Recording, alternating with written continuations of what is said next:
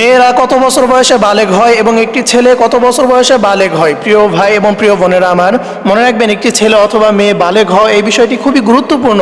কারণ একটা ছেলে অথবা মেয়ে যখন বালেগ হয় তখন তার উপর শরীয়তের সকল বিধান তার উপর জারি হয়ে যায়।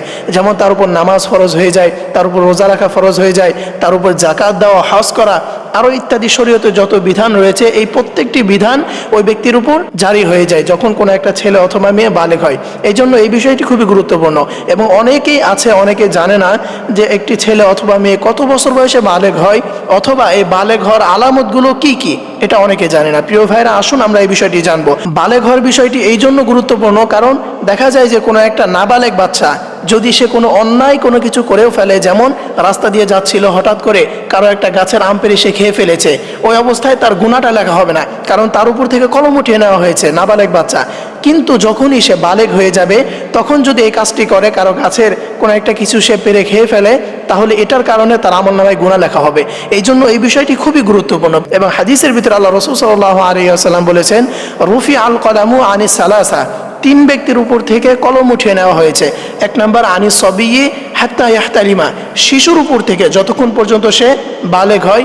এবং দ্বিতীয় নাম্বার আনিল মাজনুন হাত্তা ইউফিক, পাগল যতক্ষণ পর্যন্ত সে সুস্থ না হয়, তার মস্তিষ্ক যতক্ষণ পর্যন্ত ফিরে না আসে ততক্ষণ পর্যন্ত ওই পাগলের উপর থেকে কলম উঠিয়ে নেওয়া হয়েছে। এবং তৃতীয় নাম্বার আনিন নাইমি হাত্তা ইয়াস্তাইকিজ, ঘুমন্ত ব্যক্তি যতক্ষণ পর্যন্ত সে জাগ্রত না হয়, এই তিন ব্যক্তির উপর থেকে শরীয়তের কলম উঠিয়ে নেওয়া হয়েছে।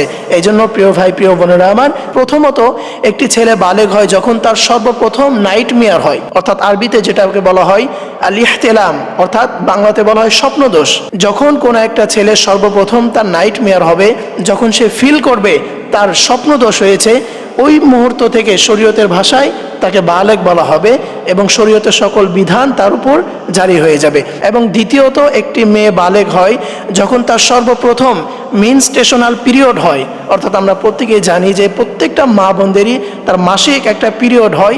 যখন কোনো একটা নারী সে ফিল করবে তার সর্বপ্রথম এই পিরিয়ড হয়েছে, ওই মুহূর্ত থেকে তাকে শরীয়তের ভাষায় বালেগা ধরা হবে, অর্থাৎ তখন থেকে শরীয়তের সকল বিধান তার উপর জারি হয়ে যাবে। তখন থেকে সে যদি অন্যায় কোনো কিছু করে ফেলে তাহলে ওই মুহূর্ত থেকে তার আমলনামায় গুনাহ লেখা হবে। প্রিয় ভাই, প্রিয় বোনেরা আমার, আমরা এই বিষয়টি জানলাম যে একটি ছেলে অথবা মেয়ে কত বছর বয়সে বালেগ হয়। আল্লাহ তাআলা আমাদের সকলকে এই বিষয়টি বুঝে আমল করার তৌফিক দান করুক। সকলেই পড়ি আমিন।